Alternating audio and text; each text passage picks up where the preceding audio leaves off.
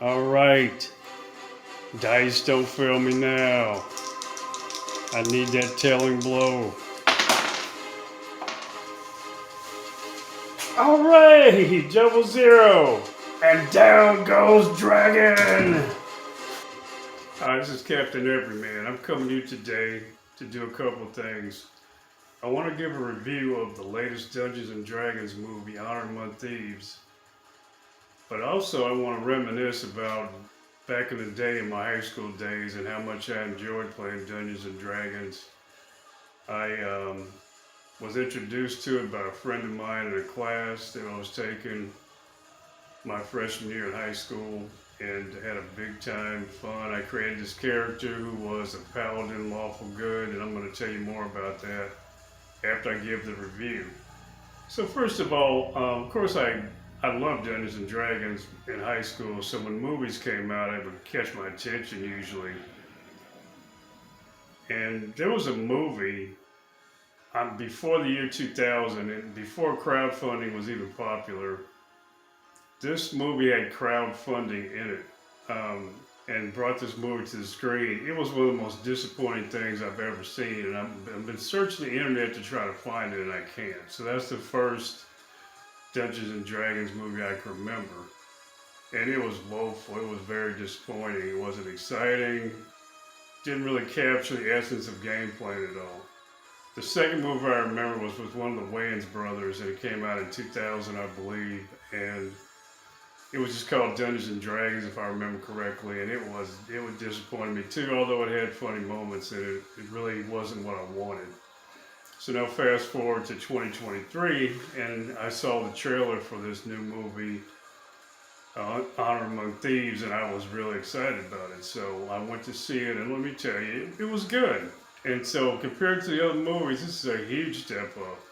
It was definitely a good movie. Chris Pine was good. Michelle Rodriguez was good. The story was good. Had plenty of action, and at least in part, it captured sort of the gameplay that I remember. And I would rate it about a 7.9 out of 10. Definitely a movie worth going to watch. It has nice interplay between the characters. It has good action. It has nice twists and turns. And of course, it has great acting in it. So I definitely recommend it. I think the highlight of the movie is really how the writers allow us to follow through the growth of the characters. Now, admittedly, what I really want out of these movies, I want some kind of dungeon campaign to be the heart of the movie, and it was in a way, but not as much as I would like. And I'd like to see the character development sort of come along the way of a campaign. But having said that, this was a good movie, and I would recommend to go see it. It had a lot of good action. It used a lot of the dimensions of the different characters well, which is what Dungeons and Dragons is about. You have a diverse group of people, and you try to use all your talents together to defeat your foe or reach your end goal. So now I want to look back on the days I played in high school. I created this character who was a paladin, a lawful good character named Jesus. And he was sort of the voice of reason and conscience on these campaigns. And what I enjoyed about Dungeons and Dragons was that you could use your imagination to do most anything. You weren't bounded by anything. And for people that play, it's more of a social gathering, which I think people don't understand that. You come together with people and you're just having fun.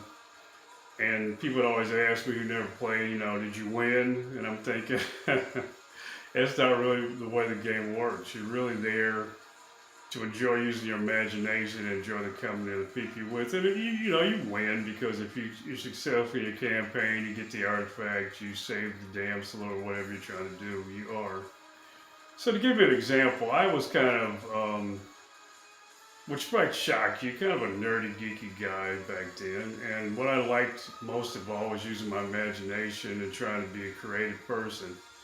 So, to give you an example, one of the unorthodox things I did, okay, these people that have been playing for years, and I had just been playing for a week or two, and I was looking at some things that did. It occurred to me that if these magical swords like glow to show that they possess magic, and if these low-level magic users can cast light spells on rocks or whatever make them glow, why not cast a light spell on a sword? Now, I'm sure I'm not the first person who ever thought of that, or the only person, but I'm one of the people that thought of it. And that was a good little trick, and I got a lot of recognition for that. I had this low-level magic user cast a light spell on my sword, and then I like wrapped it in leather or whatever, so I could put it away and it wouldn't glow.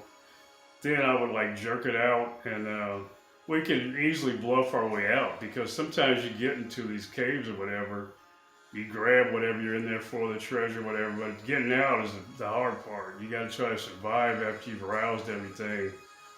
And we were able to bluff people with that trick often enough. Another thing I had was a parabolic mirror. Like I was talking to my friend who was using the dungeon masters in these campaigns, and I said, hey, you know, wouldn't that be wild if, like the Greeks back in the day, we could build like a parabolic mirror and like zap people when we're outside? Well, sure enough, in the next campaign, my ancestors or whatever had left me this parabolic mirror that I found. It was about the size of a shield.